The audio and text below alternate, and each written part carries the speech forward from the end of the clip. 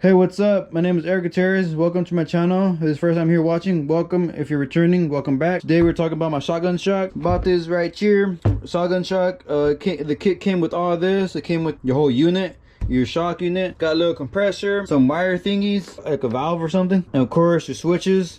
So you'll be hitting switches when you're hitting the block, you know what I mean? As well as here came the invoice, but you don't need to know that. But here came some stickers. Shout out to Shotgun for these stickers, some badass stickers. But today we're talking about this, and just to clarify, I have no idea what I'm gonna be doing. I have no experience working with suspensions, and today we're about to figure it out. I'm gonna be going by installation here they have on the website. The kit includes step by step, so I'm gonna be basically following along with this. So I have no idea what I'm doing, but if you find it on my channel, that means it worked. Alright, so you can see I got my wheel missing. Basically, if you've been following along, somewhere along my channel, you'll see the video posted up by now by my belt. But basically, my belt snapped. I'm about to replace the pulley. Alright, so the first step that I was mentioning on the website or the PDF, you gotta jack up the bike. I kind of jacked it up. I may raise it a little bit, tad bit more, just to give myself more clearance, something we'll have to work as hard. Alright, so since I already have my rear wheel removed, I'm basically just gonna work at this already. First step is to remove this little cover here, which takes a 3/16 Allen.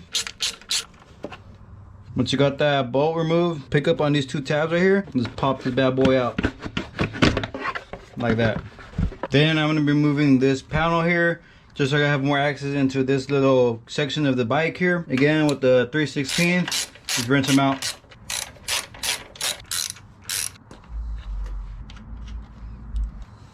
Then remove these little hoses out of the way.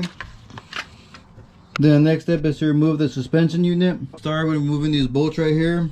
There's two on either side. Be one right there for the suspension unit, as well as the other side. Alright, as you can see here, I removed my bolts here from my shocks here. So now my swing arm is completely free, as you can see that. And now we're gonna be going on to removing these. You can see here it's kind of musky, so I'm gonna clean this all up and remove these two nuts. Kind of sort of just clean them off just a tad bit, but just enough so I can remove these little studs. You can see I broke them off, and it takes 11/16, and for the other side they're 3/4. But how I swing my swing arm, I remove it. Your situation may or may not be the same, but basically just remove the pivot bolt. It should come out, and just wiggle it out. There's gonna be some spacers in here. Keep track where they go, how they go in, how they go out, how they go in. Do all that. Like you can see here, I don't even know what brand these are. Showa looks like. This is the OG, not the OG, but the one that was on before it. It's a lowering kit. I think it was 2 inches, but now I'm slapping in this new shock in, and we'll find out. All right, so according to the website, before installing the compressor in, you're gonna want to remount the diverter valve, which means this right here and this. Basically what you want to do is remove this little Allen bolt.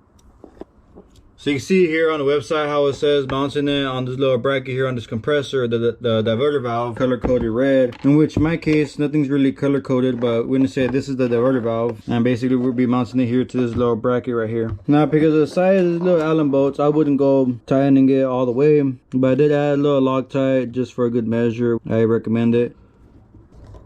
Now I wouldn't tighten these all the way, like monkey tight them or like hella tight, just enough, like maybe like a quarter past tight something. So essentially you want to mount it up to something like this. You want to connect these hoses together to this little valve here, so it looks something like this, but you're gonna follow along with this diagram. All right, so now with the compressor installed, you want to make sure that nothing's kinked up. See here, I connected my the hose I was telling you about, the brake line, or not brake line, but the air hose from here to here. We'll try that out. It's been about a year or so after I installed it. I haven't edited the video yet, but when editing it, I saw that I haven't talked about the way I routed my line. So in this case, I'm trying to do my transmission oil change. So check that out. Check my channels, we posted by now. You can see here, but this is your main line. You also want to put it back. This line, you want to make sure this black line connects from here to the compressor. You want to make sure the line is straight, such as this one, not kinked up, as well as the green one is still routed up to the compressor the correct way. So I got my shock in. Not the best or not the easiest thing I've done, but it took a while, but made it work. I reused the same cushions right here. I haven't torqued these down yet, they're just snug on. Alright, so I've reattached my swing arm now, and when we're reusing our bolt, remember to put red Loctite, and according to the PDF instructions, you don't really need your washer anymore. You can see here I got my new shock in place now. I torqued down the bolts right there on top, as well as this little swing arm bolts right here as well. Since I removed my swing arm, now I'm going to be repositioning everything, such as my swing arm pivot bolt. The book states to torque it anywhere from 90 to 110 foot-pounds. I'm torquing mine at 100 foot-pounds.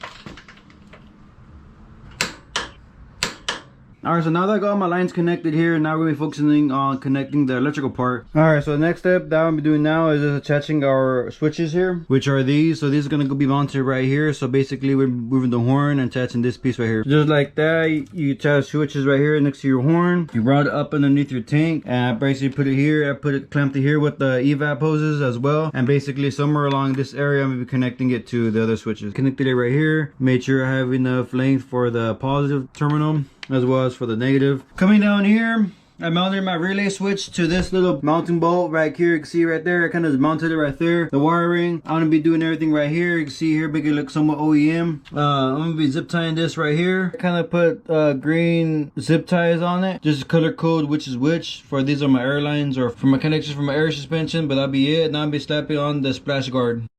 Alright, now that I got my splash guard in place, now I'm going to install my wheel. Alright, so I had the shotgun shock about a year now. So far, I'm really enjoying it. It's really comfortable. My favorite thing about it is that the switches are right here.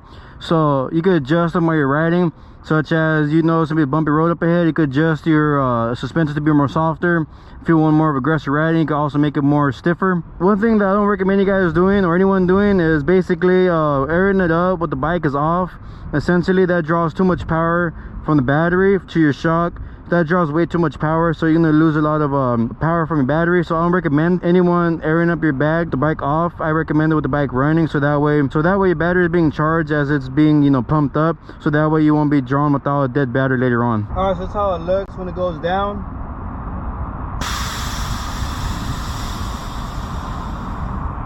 Now I'm gonna air it up with the bike running.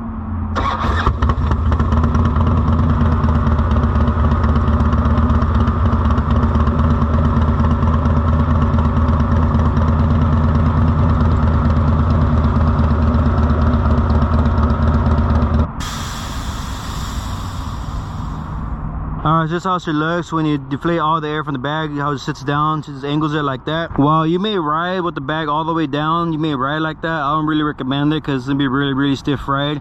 If you don't mind the ride, the bumpiness or whatever it is, then I guess you could go for it. But keep in mind that your clearance from down here will be very minimalized. Alright, so that's going to conclude today's video. Hope you guys enjoyed it. If you have any questions, comments, let me know in the comments below and I'll try to get back to you as soon as I can. And with that being said, ride safe.